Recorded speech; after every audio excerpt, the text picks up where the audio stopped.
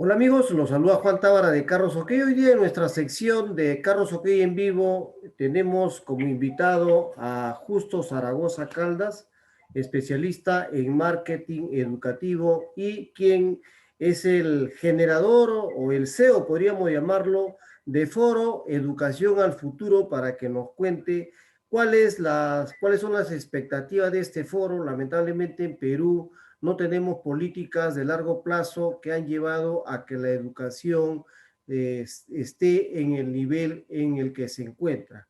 Mucha diferencia existe en realidad con la de nuestros países vecinos y de manera muy larga realmente la educación hay una brecha muy grande frente a los países desarrollados. Cuéntanos por favor, Justo, ¿de qué trata tu foro? ¿Cuál es la perspectiva de tu foro? Buenas noches, gracias por la invitación. Bueno, primero empiezo presentando al Grupo Educación Futuro, que es una institución que hace 20 años trabaja con el sector educativo, difundiendo la oferta educativa. Desde preescolar, todo lo que es educación básica regular y la educación superior. Junto con ello, nosotros hacemos una serie de estudios de mercado sobre qué está ocurriendo con el sector, qué es lo que pasa, y entonces ahorita estamos en una coyuntura sumamente especial en términos educativos. Como todos sabemos, el año pasado, con la pandemia, se generó una grave crisis en la educación. Primero, porque los colegios no estaban preparados para implementar su sistema de educación virtual, y segundo, por la crisis económica. Entonces, si hablamos en términos de Lima, la educación privada en Lima es el 50%. Es decir, de cada 2 niños que asisten al colegio, uno va a la escuela privada. Entonces, esta crisis lo que ha traído como consecuencia es que los padres de familia no puedan pagar las mensualidades, con lo cual la morosidad ha crecido. Posteriormente, un grupo importante de estudiantes se ha retirado de los colegios y ha buscado otro colegio de menor costo. Finalmente, 150.000 estudiantes han terminado la escuela pública. Esos son los datos del año pasado en términos de lo que ocurrió en la educación. Ahora, este año se inicia con, digamos, de alguna forma, con mejor situación que el año pasado, porque los colegios ya han pasado por este proceso de aprendizaje. Entonces, los, los colegios, los profesores, luego de amplias jornadas, han aprendido a trabajar, a desarrollar las clases virtuales. Se han desarrollado una serie de plataformas, de tal forma que tanto estudiantes cuanto profesores, padres de familia, ya se están habituando a este nuevo entorno. Entonces, lo que ha ocurrido es que en este tiempo se ha avanzado como si hubieran pasado 3 o 4 años en términos de educación virtual. Entonces, ahora tenemos plataformas nuevas, tenemos contenidos, tenemos una serie de cosas que han ocurrido. Entonces, a pesar de la crisis, creo que los colegios están afrontando bien este tema. En la educación pública, el ministerio salió rápidamente con la estrategia de la plataforma Aprendo en Casa, y desde la escuela privada los retos han sido mayores. A pesar de ello, bueno, se ha tenido muchos colegios que han cerrado por esta migración de estudiantes, pero a la fecha los colegios ya vienen adecuándose, ya vienen, digamos, con mejores perspectivas. En este entorno, en este escenario, es que nosotros estamos viendo un foro de colegios privados con padres de familia. Entonces, los padres de familia en este foro tienen la ocasión de encontrar a más de 30 instituciones educativas de los diversos niveles, de los diversos segmentos socioeconómicos, y pueden entrar, pueden primero informarse de qué proponen esas instituciones, qué alternativas tienen, qué plataformas virtuales usan, cuáles son su filosofía, también cuáles son los costos, por supuesto. Y luego de ello, los padres de familia pueden evaluar, pueden hacer una comparación y eventualmente elegir el colegio para sus hijos. De eso se trata, pero además nosotros editamos la guía de colegios hace 20 años. La guía de colegios particulares es un documento, son páginas amarillas de colegios. Entonces, normalmente esta guía nosotros la editamos, la impresa y la vendíamos a través de los supermercados a un precio de 25 soles. Este año, ante este nuevo entorno, la guía la tenemos básicamente, también está impreso, pero el 90% de distribución es virtual.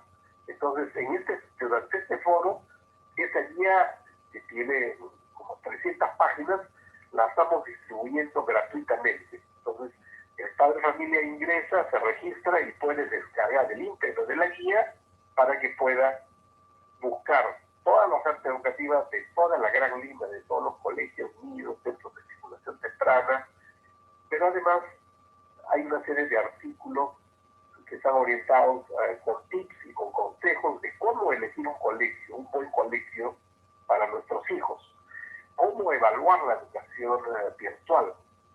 Y al mismo tiempo tenemos un estudio sobre la situación de todo el sistema educativo en el Perú.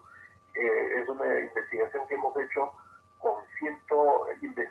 encuestando a 120 directores de colegios privados que nos han dicho acerca de sus dificultades, de los problemas que han tenido, pero también de los aprendizajes, de los retos y cuál es la visión que tienen de acá al presente año escolar que se inicia. Entonces, todo esto está ocurriendo en nuestro sitio web que se llama www.guiadecolegios.pe. Justo, cuando tú hablas de la guía, no tiene, digamos, ninguna relación, por ejemplo, con la educación, la calidad de la educación, o ya ahí las personas pueden elegir, digamos, una educación que tal vez mejore al rango de de los mejores países, los 5 mejores países que brindan la mejor educación en el mundo. Tenemos, por ejemplo, primero está Corea, seguido por Japón, tercero está Finlandia, cuarto está Canadá y quinto España. ¿Está buscando usted nivelar la educación en ese sentido o solamente darle la opción a que el padre de familia escoja al colegio que tal vez por ingresos económicos va a terminar escogiendo de repente alguno que no le dé el nivel educativo que se espera? Bueno, gracias por la pregunta, es muy interesante ver. Y lo que debo decir es que la calidad educativa no necesariamente está vinculado al costo, de tal forma que en los diversos segmentos de mercado, sean colegios del segmento A, colegios del segmento B, colegios del segmento C, por la pensión, tenemos buenos colegios. Entonces, creo que el tema aquí pasa por saber elegir el colegio para nuestros hijos. Entonces, elegir el colegio de nuestros hijos pasa por, primero hay que decir, ¿cómo se elige? Yo creo que ese es un dato interesante, que parece muy simple, pero en realidad no lo es. Primero, porque si yo voy a elegir un colegio, debo tratar de no equivocarme, porque hay que saber que para pagar el colegio se paga una cuota de ingreso. Y esa cuota de ingreso, si uno se equivoca, es difícilmente recuperable. Entonces, hay que hacer una buena evaluación. ¿Y cómo se evalúa? Primero, uno tiene que observar al hijo, ¿no? Entonces, yo, por ejemplo, tengo que observar a mi hijo, a mi hija, cómo es, cuáles son sus intereses, qué cosas son las cosas que le apasionan, cómo es más o menos sus características, una breve evaluación. Entonces, de acuerdo a eso, yo puedo ver qué tipo de colegio le conviene. Si le conviene un colegio competitivo, que es muy hábil y va a poder lidiar en un ambiente competitivo, pues buscaré un tipo de colegio que tenga esas características. Pero ¿qué pasa si mi hijo no es de esas características, sino por el contrario, es más bien retraído? Entonces tengo que buscar una educación personalizada, distinta, que no compita, sino que tenga logros significativos solo él. Entonces, esa es una primera evaluación que como padres debemos hacer. Lo segundo es, como padre de familia, tenemos que ver qué tipo de colegio es el que yo quiero. Quiero una educación religiosa, quiero una educación laica, quiero una educación bilingüe, quiero una educación que esté basada en cierta filosofía, en ciertas cosas que yo no puedo negociar. Ese es el segundo aspecto. Teniendo definido esos dos aspectos, entonces yo voy a poder empezar a evaluar los colegios. Y un tercer elemento es mi economía. Cuánto yo dispongo para pagar la pensión. Si tengo un solo hijo, si tengo dos o si tengo tres, pues el ingreso va a estar, no aumenta en función de los hijos, sino el ingreso es uno. Entonces, una vez que tengo eso, ya puedo empezar a evaluar los colegios. Y una vez que he hecho una selección, puedo seleccionar 3 o 4 colegios y posteriormente ya tengo que tomar contacto con los directivos para buscar la información con ellos. Luego, naturalmente, tengo que validar la información que me dan los directivos y conversar con padres de familia, ver la propuesta educativa y todo lo demás. Entonces, es un proceso largo, digamos, ¿no? Entonces, los padres de familia normalmente empiezan eso cuando tienen sus hijos de bebés, ¿no? Entonces, la buena noticia es que, como repito, hay buenos colegios en todos los segmentos educativos. En el segmento alto, en el A, los colegios que están arriba de los 1.000 soles, de 1.500 soles la pensión, en términos generales, son colegios bilingües, son colegios que tienen una serie de talleres extracurriculares que los dan y deportes que los niños van a poder aprovechar. Entonces ahí, digamos, no hay mucho problema, tienen estándares altos, muchos de ellos se van a estudiar en la universidad del extranjero, salen con idiomas y todo lo demás. En el segmento medio, la cosa es un poco más distinta, y por ahí tenemos un grupo de colegios especializados, otros laicos y religiosos, entonces aquí hay un poco más que evaluar. Y en el segmento C, colegios de 500, 600 soles, tenemos colegios de las cadenas, de las grandes cadenas, llámese Global School, Sacolideros, Trince, Banner, donde ellos han crecido bastante y están presentes en todos los segmentos. Muchos de estos, por ejemplo, tienen muy buenos, son bilingües, tienen muy buen performance en la parte pedagógica, aunque tal vez en la parte de infraestructura no puedan estar muy bien desarrollados, y aquellos los temas de deporte y actividades extracurriculares también suelen estar en términos medios. Pero ahí viene el rol del padre también en ir a buscar cuál es la mejor opción de acuerdo a mis ingresos, de acuerdo a mis posibilidades y de acuerdo a lo que yo como padre de familia quiero para la educación de mis hijos. Justo, pero ustedes están involucrándose en el tema, por ejemplo, de los planes curriculares que se dictan o se desarrollan en los colegios, porque si nosotros revisamos de acuerdo al informe PISA, por ejemplo, en Perú, a diferencia de los primeros países que te mencioné, en donde se toma como prioridad, por ejemplo, las matemáticas, la lectura, y la lectura, y se incentiva, por ejemplo, la investigación para que la ciencia se desarrolle. Una de las razones por las cuales estos países han avanzado rápidamente, recuerda que Corea del Sur ha crecido rapidísimo y ha desarrollado, ha inventado, ha generado un montón de patentes, está dentro de los países que incentiva la investigación a través de la generación de patentes. China y Corea lideran prácticamente el mercado global en cuanto se refiere a investigación por justamente las patentes. ¿Ustedes están involucrándose en ese sentido para que se modifique los planes curriculares, para que las personas que van, los padres, no solamente en el hecho de buscar un buen colegio, sino en modificar el plan curricular para que no se memorice como es parte del aprendizaje? Lo que se enseña a los niños es a memorizar, pero no a investigar, no a leer. Una de las razones por las cuales no avanzamos es justamente porque la gente no lee. Bueno, nosotros no nos involucramos involucramos en la currícula porque la currícula la pone el Ministerio de Educación. Tiene grados de libertad para que los colegios puedan aplicar. Los propios colegios tampoco pueden tener su propia currícula como quisieran. No es una libertad total. La currícula está establecida por el Ministerio de Educación. Cuando hablamos de la educación de otros países, como los que han mencionado, en realidad estamos hablando de una educación integral, amplia, completa, de la educación pública y privada. Acá el problema que tenemos es, por un lado, que la educación pública ha tenido muchos tropiezos, tiene muchos problemas. Probablemente en la época del gobierno de Ollanta fue uno de los mejores momentos, porque se invirtió más, se dieron becas para los mejores estudiantes.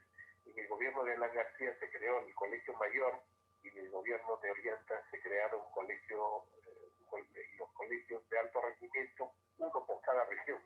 Esos colegios nos cuestan a todos los peruanos, nos cuestan más o menos $1,200 por mes. Entonces, la educación de calidad cuesta. Entonces, y la educación de los colegios de alto rendimiento son muy buenas, pero como lo repito, nos cuestan en promedio $12,000 al año, mientras que todo el resto de estudiantes en los colegios públicos, el cápita, el costo, o la cantidad que se invierte por cada uno de ellos es de 4,000 soles. Entonces, tenemos una educación muy heterogénea. Si vamos en la educación privada, ocurre lo mismo. Tenemos que el 80% de los colegios tienen pensiones menos de 300 soles.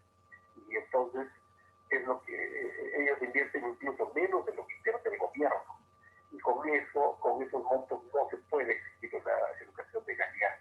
Entonces, el 80% de colegios están en esa línea, de colegios privados. Solo el 20% de colegios tiene pensiones arriba de 400 soles, y ahí un 50% tiene un desempeño muy alto, algunos incluso comparados con los de España, por ejemplo, con los torneos de España. Cuando uno ve los resultados de PISA, uno ve que hay algunos colegios que tienen resultados muy altos, el quintil superior y el quintil inferior, que representa a los colegios de educación rural, son los que son muy bajos.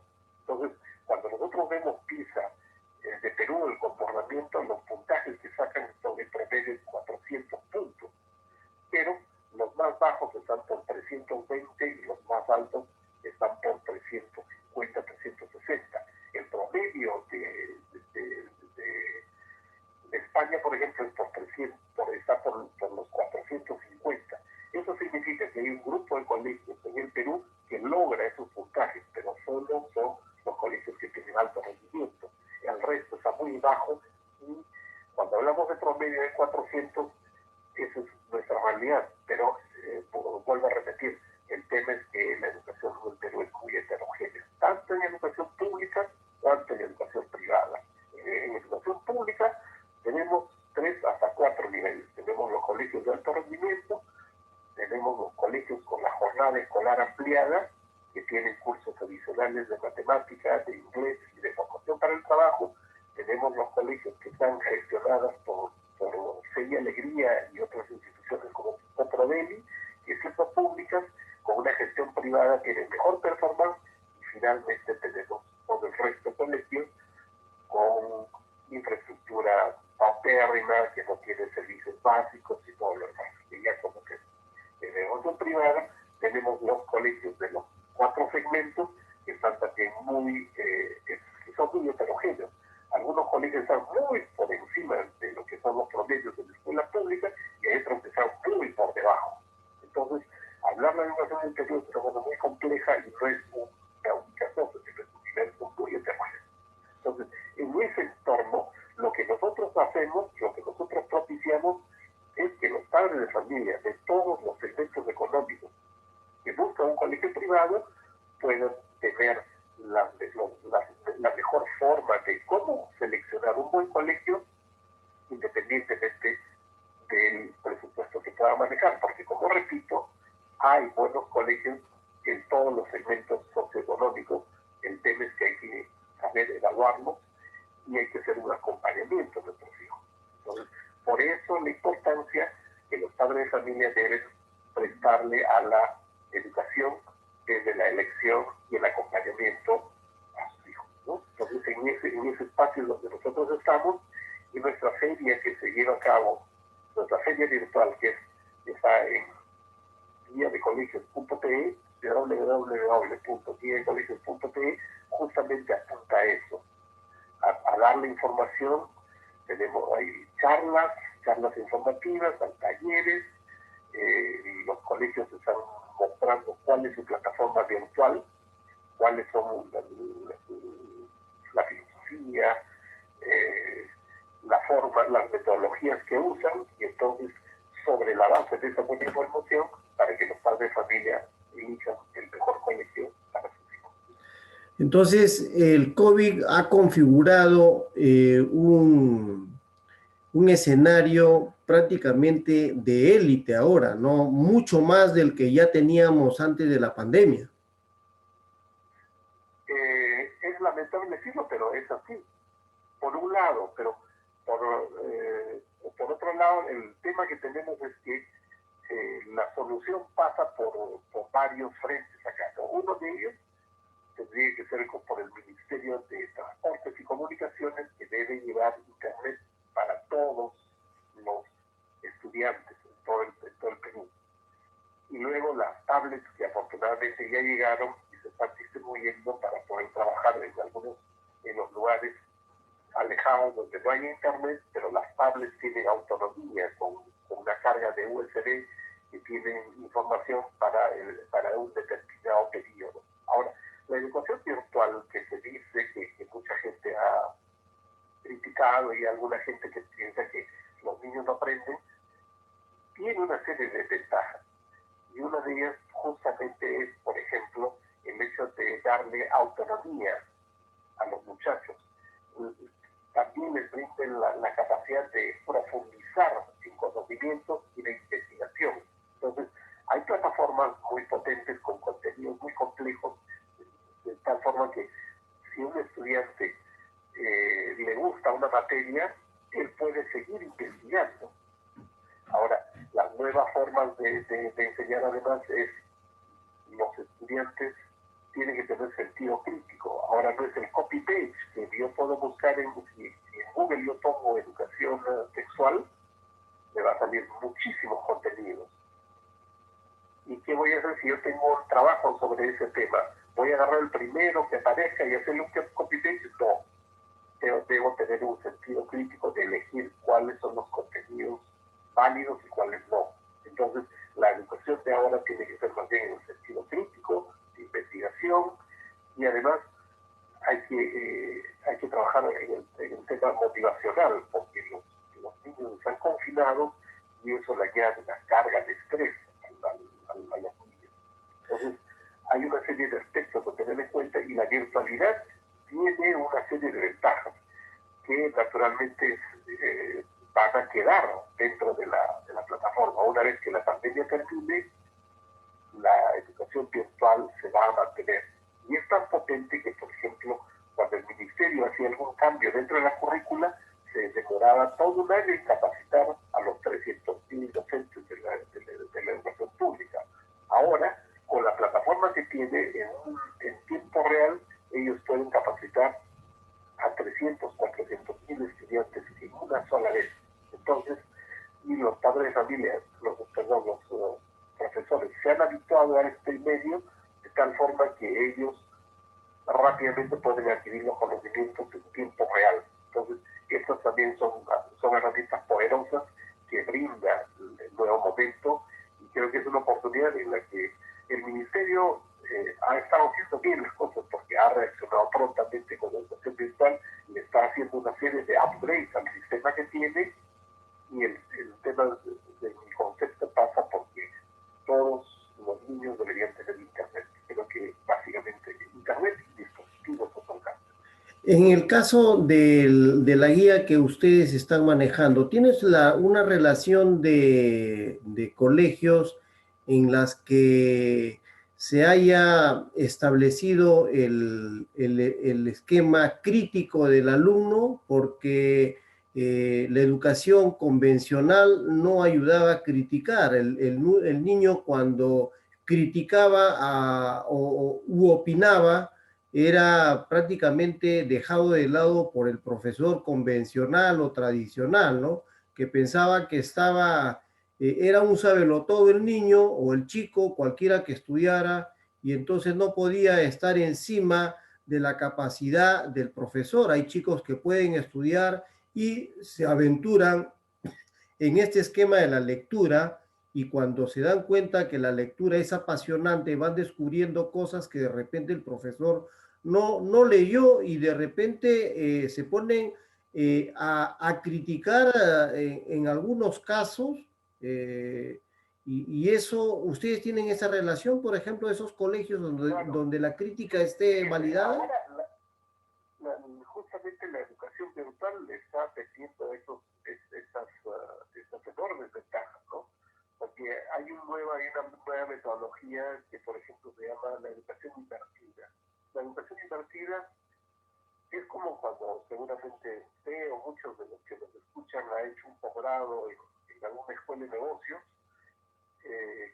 ¿Cómo se trabaja? Es con casos, ¿no? Entonces nos da una lectura, hay que leer el caso y luego nos reunimos en la siguiente clase y discutimos el caso.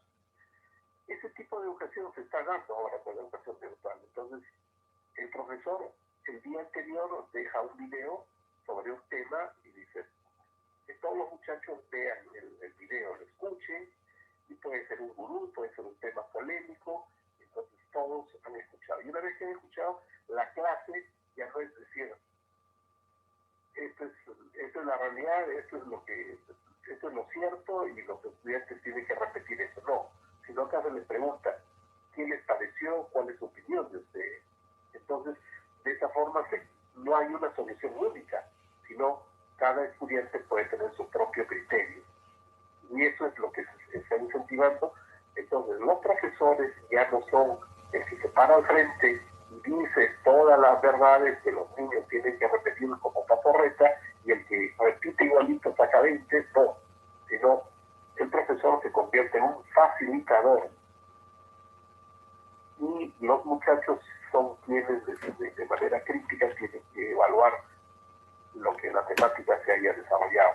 Esa es la nueva tendencia, y en la educación virtual se está viendo mucho eso y se está usando bastante de esto. Hay una serie de modalidades que se están dando. Cuando la pandemia empezó, en el 99 los colegios privados empezó a trabajar con la herramienta Zoom. Entonces tenían al profesor a un lado y los estudiantes al otro lado en tiempo real. Eso a la fecha ha cambiado. Ahorita tenemos más del 40% de colegios que tienen un mix de educación síncrona y asíncrona. ¿Qué significa esto? Síncrona es la educación online, en el momento, en tiempo real. El profesor dicta la clase y el estudiante la recibe en ese mismo momento. Eso es síncrono. Asíncrona es cuando el profesor graba una clase y lo cuelga y le dice, muchachos, pueden tomar la clase. Entonces el estudiante toma la clase en el momento que quiera, que pueda, que tenga dispositivo a mano. Y eso es la nueva tendencia. Entonces, el estudiante ya no toma la clase necesariamente en el mismo momento, sino puede hacerlo en otro momento y puede repetir el video varias veces. Entonces, hay una serie de plataformas gratuitas. Uno de ellos, por ejemplo, es Khan Academy, que es una plataforma de matemática gratuita que está ambientada, está adecuada a la currícula del Ministerio de Educación del Perú. Esto es una plataforma que lo generó la Fundación Bill Gates, ha sido traducido al español gracias al financiamiento de Carlos Slim, el dueño de Claro, y está adecuado a la currícula. Entonces, por ejemplo, ahí los niños pueden estudiar. Ahora, en el caso de los niños de educación inicial, muchos de ellos están estudiando con el homeschool. Los padres de familia le ayudan en la casa usando la plataforma del Ministerio de Educación, que es el Aprendo en Casa, por ejemplo, porque ahí tienen los cuentos, tienen las adivinanzas, tienen los podcasts y tienen todos los recursos para que los niños puedan trabajar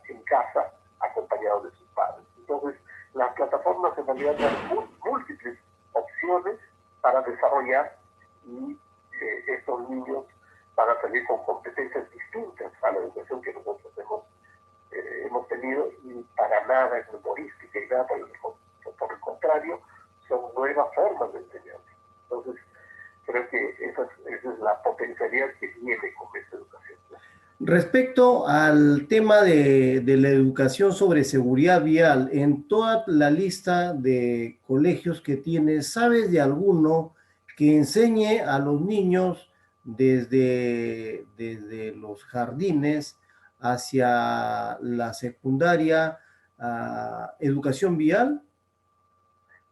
Lo interesante en este tema es que cuando se corta la currícula, la comunicación, producto de la pandemia, muchos de los profesores, los que han empezado a trabajar, son temas locales y son temas de ciudadanía.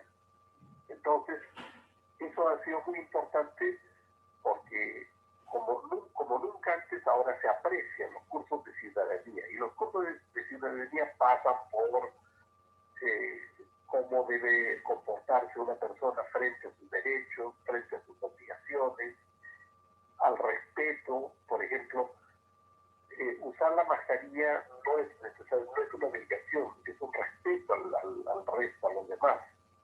La educación vial es parte de ello, es un respeto de uno con el resto, ¿no? Porque usualmente lo que nos pasa aquí es que cuando llegamos a un cruce, los dos van a la misma velocidad y los dos esperan que el otro pase todo esto. Entonces, lo que ocurre en cualquier país civilizado es que cuando dos autos llegan a la esquina, los dos sobrepagan. Pasan 1, 2, 3 segundos, y el que llegó primero es el que pasa, y a continuación el otro. Ese tipo de cosas se dan justamente porque uno no es responsable, no ejerce su ciudadanía, o piensa que lo que yo haga, yo lo hago y no me interesa más el resto. Lo que la pandemia ha traído es que yo puedo tener todo el dinero del mundo, pero no puedo comprar salud. Y no estoy libre. Dependo de la comunidad, dependo de la persona que viene a mi casa, dependo del jardinero, dependo de todos ellos, porque la pandemia lo que hace es no respeta clase social, no respeta nada. Entonces, lo que todo nos ha traído es que debemos pensar no como nosotros como individuos, sino como sociedad. Y creo que la educación vial va por ese camino, y no estoy seguro cuánto se trabaje. Sé que mucho se trabaja en los niños se trabaja bastante eso, pero la cultura de los niños son los que en un futuro van a cambiar, porque en los mayores es mucho más difícil hacer que ellos tomen esta conciencia, ¿no? ¿Crees entonces que con estas nuevas tendencias, Perú en los siguientes 30 años podría tener una sociedad más equilibrada en cuanto a educación se refiere? Sí, yo soy optimista en esto. Yo soy optimista porque si esta pandemia hubiera llegado en el 2002, en el 2005, cuando no teníamos internet, cuando no estaba desarrollado, entonces hubiera sido catastrófico. En esta ocasión lo que tenemos es que un 70% está comunicado, tiene de alguna forma acceso a internet, y el 30% que no tiene acceso durante todo el año, se están haciendo esfuerzos para que este año puedan tenerlo, y aquellos que aún no lo tienen, con el millón de tabletas van a tener de alguna forma una solución aunque sea intermedia. Entonces, creo que en ese sentido se está haciendo. Yo soy optimista, y escuchando a todos los candidatos, creo que todos están prometiendo poner satélites para dotar de internet en todo el Perú. La educación es un tema que se está hablando mucho en la campaña, durante los últimos años.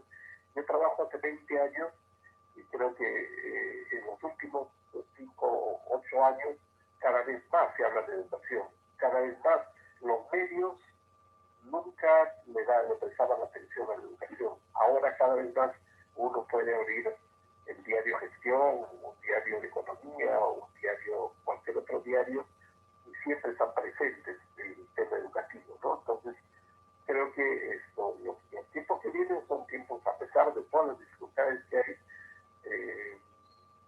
que son interesantes para el tema educativo, y paulatinamente además se ha ido la inversión ha ido aumentando, ¿no?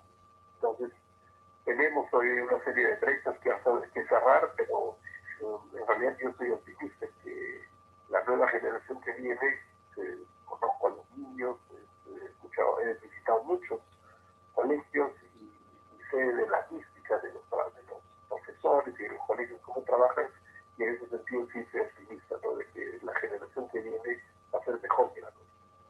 Justo como para ir terminando el tema, Perú tiene muchas brechas en el tema educativo. El PBI o los recursos que se destinan, los presupuestos para educación todavía siguen siendo muy pobres. Gran parte del presupuesto va dirigido básicamente a cubrir planillas realmente, ¿no? Nos falta mucho, por ejemplo, cerrar brechas en tema de infraestructura. O sea, la parte logística es una cosa muy importante. Nos falta cerrar brechas, por ejemplo, en el tema de lo que le corresponde a la modificación de los planes de estudios. Nos falta mucho avanzar en el tema de la lectoría. Si nos comparamos con Colombia, por ejemplo, Colombia nos lleva muchísimos años luz prácticamente. Colombia ha cambiado muchísimo. Medellín, que era una ciudad donde no se leía mucho y los robos eran alarmantes. El tema, por ejemplo, de la criminalidad ha ido bajando para convertirse en una ciudad realmente modelo en cuanto a lectoría, o sea, sin ir muy lejos solamente, ¿no? Entonces, ¿qué más faltaría, por ejemplo, aparte de incentivar la lectura para motivar de repente que la innovación empiece a llamarnos la atención para crear patentes, para hacer de repente un país dentro de 30 o 50 años en una mirada de largo plazo, un país altamente viable en cuanto a educación se refiere? Bueno, creo que el trabajo que ha venido desarrollando SUNEDU ha sido muy interesante. No olvidemos que hace 5 años teníamos 143 universidades, de las cuales 40 y tantas no han logrado licenciarse, y nos hemos quedado con 94 o 95 universidades. Eso, por un lado, lo que ha hecho es sacar del camino a las universidades que no tenían la calidad necesaria. Por otro lado, la SUNED lo que ha hecho con eso es poner la valla más alta, y se ha generado que en cada universidad, ahora todas las universidades tienen un vicerrector de investigación. Las universidades públicas tienen presupuestos de investigación. La Universidad del Santa, la Universidad Asturias de Mayolo de Huaraz, por ejemplo, tiene una cantidad importante de recursos productos del canon minero, igual que las universidades del Cusco, de Arequipa, de Trujillo. Ellos tienen recursos para hacer trabajos de investigación, pero no lo venían haciendo.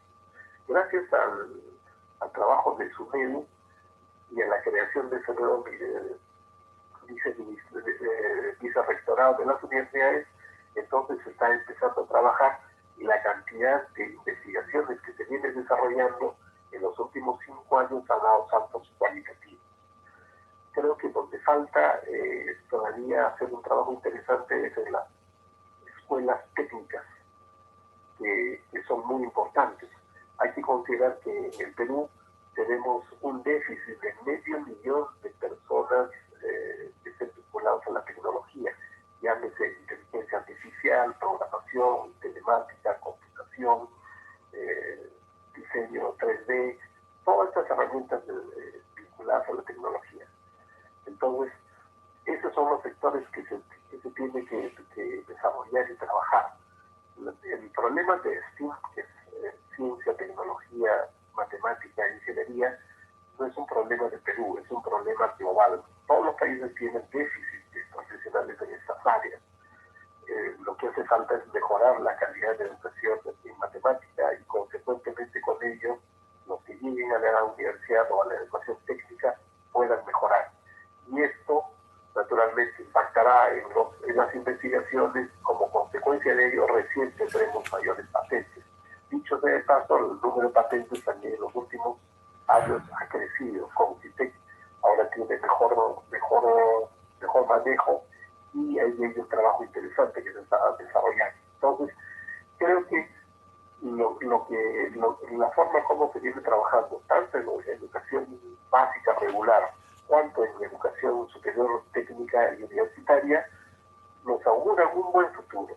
Se está en la línea correcta, se ha roto la educación negocio, y entonces ahí, a pesar de todos los problemas que ha habido en los últimos años, pero creo que al final del día, una vez que se ha cerrado el licenciamiento en las universidades, las proyecciones son interesantes, ¿no?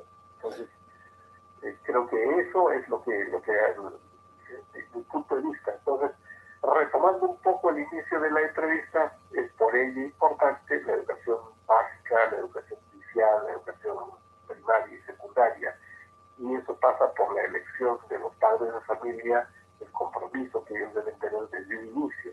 Entonces, mi invitación a las familias jóvenes, a los padres de familia, a las mamás jóvenes que tienen hijos pequeños, que tienen bebés, a que se informen, a que elijan la mejor propuesta de acuerdo a su economía, y para eso es que nosotros estamos haciendo este foro, que es absolutamente gratuito, donde van a poder conversar con 30 instituciones educativas, averiguar su propuesta educativa, averiguar la modalidad de estudio, su educación virtual, su costo, su currícula, sus facilidades, y sobre la base de toda esa información poder tomar una decisión. Para todo el resto de los padres de familia, la guía de colegios que tenemos, que tiene más de 300 páginas de información, tiene rankings de costos por distrito, de tal forma que se adecua a todas las economías. Tenemos tips de cómo elegir el colegio adecuado, de cómo hacer la evaluación, en qué momento hacer el cambio de colegio que está ocurriendo ahora justamente por la coyuntura. 500.000 papás han cambiado a sus hijos de colegio, a otros de menor costo o a otros que tengan mejor educación virtual. Entonces, en este foro, nosotros estamos dando todas estas herramientas para que el padre de familia pueda saber de qué forma hacer el cambio de colegio o a elegir el colegio adecuado para sus hijos, ¿no? Entonces, quiero dejar nuevamente la dirección donde puedan ingresar, que es www.guiadecolegios.pe. Tenemos una serie de estudios además y toda la información que requieren, ahí pueden encontrarla. Justo como para ir terminando, en los 5 países que te mencioné, que son los mejores países o los 5 primeros países ubicados con la mejor ubicación en el mundo, Corea, Japón, Finlandia, Canadá y España, tienen un esquema de educación gratuita que arranca desde los 7 hasta los 17 años según el país. En algún caso, por ejemplo, en algunos de los casos, me parece que Japón o Finlandia, la educación es gratuita, va hasta los 15 años. En el caso de Canadá, hasta los 16, y en el caso de España, hasta los 17. En Perú, masificar la educación y llevarla a todos los rincones del Perú significa tener una educación de estas características. ¿Cómo ves tú este esquema? ¿Crees que en un planeamiento estratégico que el CEPLAN, por ejemplo, debiera plantear para una nueva educación, con una mirada hacia el futuro? ¿Crees que deberíamos llegar a este planteamiento para que la educación sea totalmente gratuita en Perú? Más que educación gratuita, lo que pasa porque la educación pública mejore. Si la educación pública mejora, los padres de familia no tenemos que buscar una educación privada. Mientras la educación pública sea de muy baja calidad, entonces vamos a seguir buscando la educación privada. Ahora aquí, en realidad hay una dicotomía y hay una tergiversación, ¿no? Muchas personas, muchos padres de familia piensan a priori que toda la educación privada es mejor que la pública, y eso no es cierto. Ujú. Lo que hace falta ahora, en Canadá, en España, hay educación privada, pero la educación privada es del orden del 10%. En el Perú, la educación privada representa el 30% y en Lima el 50%. Entonces, no es que la educación privada per se sea mala, lo que ocurre es que la educación pública es la que tiene que ser buena. Si tenemos una educación pública buena, entonces muy pocos querrán ir a la educación privada. Ahora, la educación privada, hay educación privada de mala calidad, entonces eso es fatal, ¿no? No podríamos, la educación privada debería ser toda la educación privada buena. La educación privada mala no debería existir, pero, repito, pasa porque la educación pública tiene que mejorar. Y para que mejore, necesitamos mayor inversión en infraestructura, necesitamos mantener la cobertura que se tiene actualmente. Los esfuerzos que se han venido haciendo están en la línea correcta, se ha ido mejorando en el desempeño de la prueba PISA, que es creo que un estándar internacional, así lo demuestra. Cuando nosotros empezamos en el año 2006 en la prueba PISA, estábamos muy lejos y últimos en Latinoamérica. La última prueba PISA de hace 2 años nos ubica a la par con Colombia y con Brasil, por debajo de Uruguay, de Chile, de México, de Costa Rica todavía. Pero hemos cerrado algunas de las brechas. Pero nuevamente el tema de la educación en el Perú es que es muy heterogénea y entonces hace falta un trabajo muy especial, sobre todo en la educación rural, en la educación del quintil más bajo. Cuando levantemos la educación de ese quintil más bajo, entonces nuestros promedios subirán. Pero para que todo eso ocurra, hace falta una inversión, un trabajo sostenido en la educación pública. La educación pública es la que define el desarrollo de un país. La educación privada es de élite. Si hablamos nuevamente de Canadá o de España, hay un 10-12% de educación privada ahí, ¿no? Pero digamos que está a la par con la educación pública. Entonces, eso, repito, tiene que pasar por ese... Claro, en Finlandia no existe educación privada prácticamente, y toda la educación pública. Ahora, la educación en todos esos países es gratuita, acá también de acuerdo a la Constitución es gratuita, pero el tema es de en qué condiciones, en qué calidad. Entonces creo que ahí es donde hay que trabajar, ¿no? Claro, de repente trabajar más en infraestructura, ¿no? Porque uno de los problemas de repente del hecho de que no llegue la educación a todo lo... Tú acabas de mencionar el tema rural, por ejemplo, para que una persona vaya a recibir clases, tiene que caminar kilómetros de kilómetros, igual el profesor, ¿no? Y cuando llegan a un lugar que han acondicionado para una escuelita, y eso es realmente lo que dificulta tal vez el acceso a que todo el mundo tenga la educación, ¿no? No solamente en el tema rural, sino, por ejemplo, en las comunidades indígenas, en las comunidades que la gente no se acuerda, que los gobiernos nunca han llegado, en las zonas de frontera, por ejemplo, en lugar de que los peruanos se vayan a Brasil o que los peruanos se vayan en nuestra frontera con Chile, se vayan a Chile y así, ¿no? Entonces, en lugar de sentirse no peruanos, el gobierno creo que debería apuntar a eso, ¿no? Educación total a nivel de todas las fronteras, a nivel de todos los rincones, para que la estrategia avance y esto cambie a nivel, de repente, pues unas 3, 4 décadas más, ¿no? Claro, sí, la infraestructura es muy importante, pero no es la única, ¿no? La otra muy importante es los maestros, ¿no? Y los maestros, la meritocracia que se está llevando ahora, por ejemplo, es interesante porque hace algún tiempo, no olvidemos, con un SUTEP muy fuerte, siempre ellos tenían un incremento de sueldos para todos por igual. Entonces, daban un incremento de sueldo al profesor bueno, al medio bueno, al malo y al excelente. Y eso no debe ser así. Ahora tenemos meritocracia y tenemos profesores en un rango de sueldos muy distintos. Pasa porque las universidades pongan las mejores facultades de educación. Pasa porque se reconozca al profesor.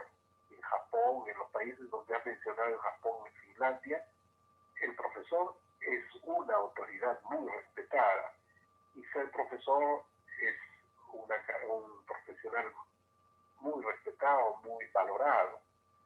Acá los policías, los profesores, nadie los respeta, no tiene ese don. Entonces, esto pasa por hacer que los mejores estudiantes quieran estudiar para ser profesores.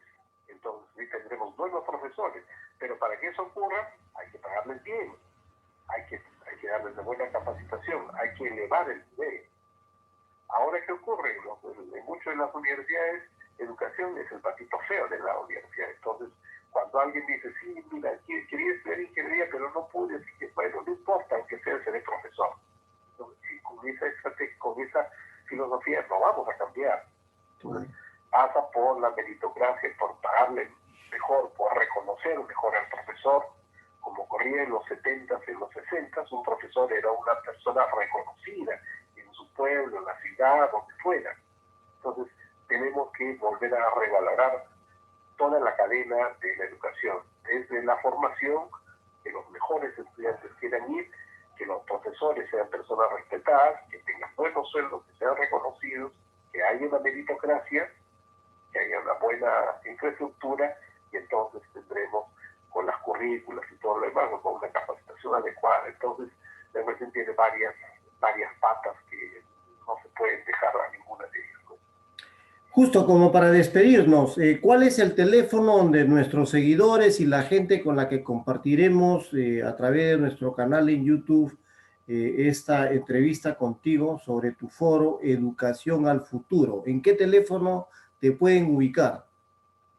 Bueno, yo dejo el mío, es el 980-154-546. Nuevamente, por favor. 980-154-546.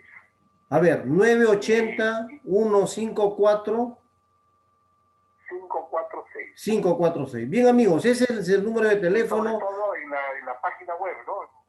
Creo que la dirección electrónica es lo más interesante, que es www.guiadecolegios.pe. Ahí van a encontrar toda la plataforma directamente. Ahí pueden conversar con cada una de las instituciones y también con la nuestra, por supuesto. Y la guía de colegios la van a poder descargar en un archivo PDF digital desde su computador y van a poder hojearlo cada una de las 300 páginas, ¿no? Y informarse de toda la oferta educativa. Bien, amigos, estuvo con nosotros Justo Zaragoza en mostrándonos todo lo que tiene su foro Educación al Futuro. Gracias por estar con nosotros, Justo. Muchas gracias a ti, un placer. Hasta pronto. Hasta luego.